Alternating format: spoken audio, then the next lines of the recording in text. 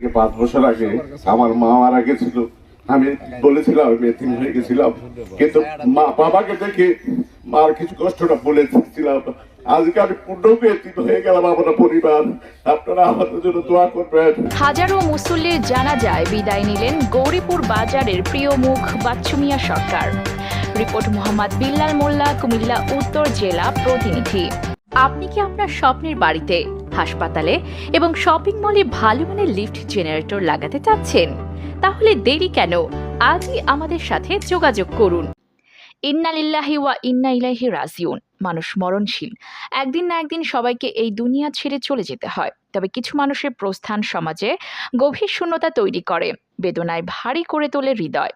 তেমনি এক প্রিয় ব্যক্তিত্ব ছিলেন গৌরীপুর বাজারের বিশিষ্ট ব্যবসায়ী মরহুম মোহাম্মদ শামসুল হক বাচ্চু মিয়া সরকার।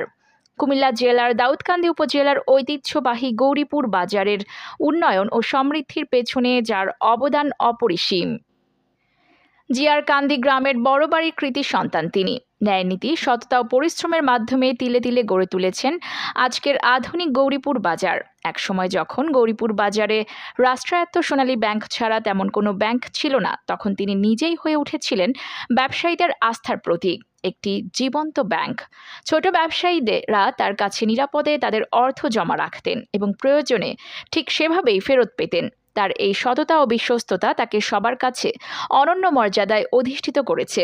তিনি গৌরীপুর বাজার কমিটির সভাপতির দায়িত্ব পালন করেছেন নিষ্ঠার সাথে এবং বড় মসজিদেরও দীর্ঘদিন সভাপতির দায়িত্বে ছিলেন। ধর্মীয় ও সামাজিক দায়িত্ব পালনে তিনি ছিলেন সদা সচেষ্ট।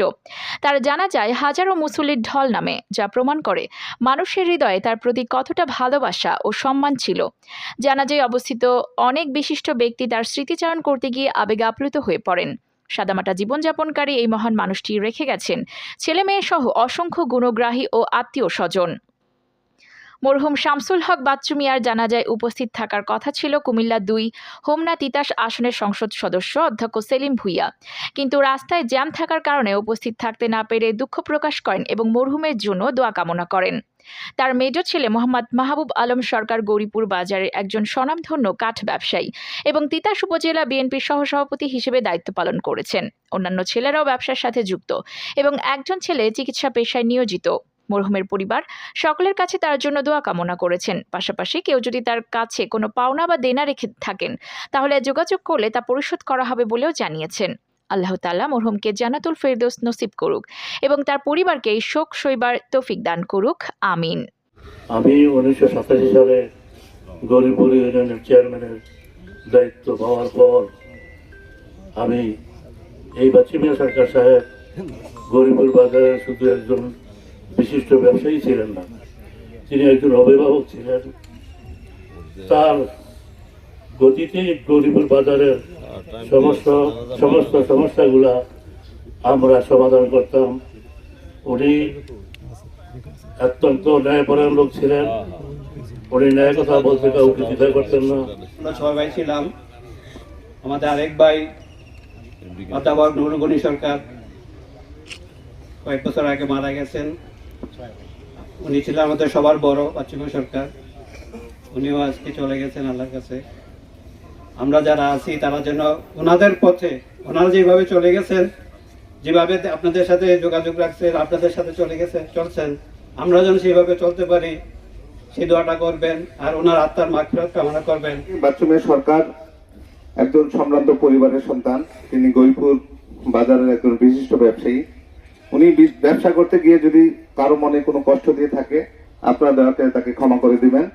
পাশাপাশি আজকের এই জানাজায় অংশগ্রহণ করার কথা ছিল আমাদের তিতাস সুন্দর মাটি ও মানুষের নেতা, জাতীয় সংসদ সদস্য, আপনাদের সকলের ভোটে যিনি নির্বাচিত হয়েছেন, জাতীয় সংসদ সদস্য নির্বাচিত হয়েছেন। স্যার জানাজার জন্য, অধ্যক্ষ সেলিম স্যার জানাজার জন্য রওনা দিয়েছেন। স্যার জ্যামে পরে আজকে এই জানাজায় অংশগ্রহণ করতে পারেনি। সেই জন্য স্যার এই মরহুমের আত্মার মাগফিরাত কামনা করেছেন এবং তার পরিবারের প্রতি সমবেদনা জানিয়েছেন। আজকে যারা এই জানাজায় অংশগ্রহণ করেছেন প্রত্যেকের কাছে আমি শ্রদ্ধার সাথে ওনার জন্য, ওনার আত্মার মাগফিরাত কামনার জন্য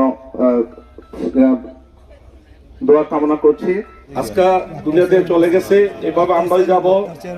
তবে আপনারা যদি ওনার চলার পথে কোনো ভুল ত্রুটি থাকে, আমি ওনার ভাই হিসেবে, ছোট ভাই হিসেবে আপনাদের কাছে ক্ষমা চাই।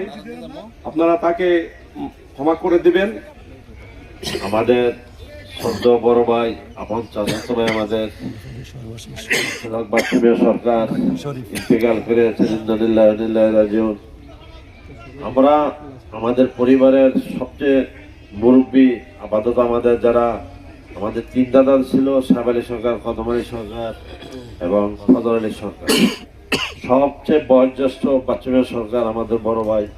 এই বড় ভাইকে অনেক আলগায় রেখেছিল, আপনারা দেখেছেন সুখে দুঃখে সবার।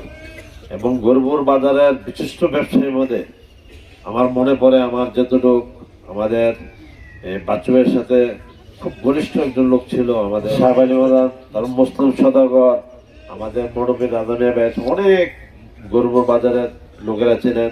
এবং আজকে আমার যে হাসের চেয়ারম্যান, চারিবারের চেয়ারম্যান গরুপুর ইউনিয়নের, হ্যাঁ, আমাদের মুরব্বী সবার, ওনারাও ওনার সাথে মিলে আমরা বাজারে সবসময় কাজ করতে দেখেছি। আমরা তখন অনেক ছোট ছিলাম। প্রিয় এলাকাবাসী, আপনারা জানেন তিনি দীর্ঘদিন গরিপুর বাজারে ব্যবসা করতেন। আপনারা ইতিমধ্যে অনেক ব্যবসায়ী জন্য আসছেন, এর জন্য আমাদের পক্ষ থেকে, পরিবারের পক্ষ থেকে ধন্যবাদ জানাচ্ছি, কৃতজ্ঞতা প্রকাশ করছি। প্রিয় এলাকাবাসী, তিনি চলাফেরার মধ্যে যদি কোনো কথার মাধ্যমে, আচরণের মাধ্যমে কাউকে কষ্ট দিয়ে থাকেন, দয়া করে সকলে মাফ করে দিবেন। 5 বছর আগে আমার মা মারা গেছিল, আমি বলেছিলাম আমি এতিম হয়ে গেছিলাম, কিন্তু মা বাবাকে দেখে মার কিছু কষ্টটা বলেছিলাম। আজকে আমি পূর্ণকে এতিম হয়ে গেলাম। আমরা পরিবার, আপনারা আমাদের জন্য দোয়া করবেন। আমার বাবা শুধু একজন খালি ব্যবসায়ী ছিলেন না, আমরা তখন ছোট ছিলাম, গরুপুর বাজার তখন ব্যাংক ছিল না, উনি একজন বিশাল আমানতদার ছিলেন।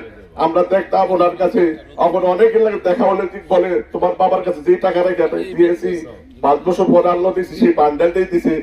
আমার বাবা যদি চলার পথে কারোর সাথে যদি কোনো খারাপ আচরণ করে থাকে, দয়া করে আপনারা আল্লাহর দিক চাই আমার বাবাকে মাফ করে দিবেন, আমার বাবাকে মাফ করে দিবেন। কারণ উনি গরুপুর বাজার ব্যবসা করতে গিয়ে অনেকের সাথে ওরা চলাফেরা করতে গেছে, হয়তো উনি ন্যায়ের সাথে উনি অনেক, আমার বাবা বলে কি যে উনি ন্যায়, উনি ছেলেদেরকে ছাড় দেয়নি, উনি ন্যায়ের স্বার্থে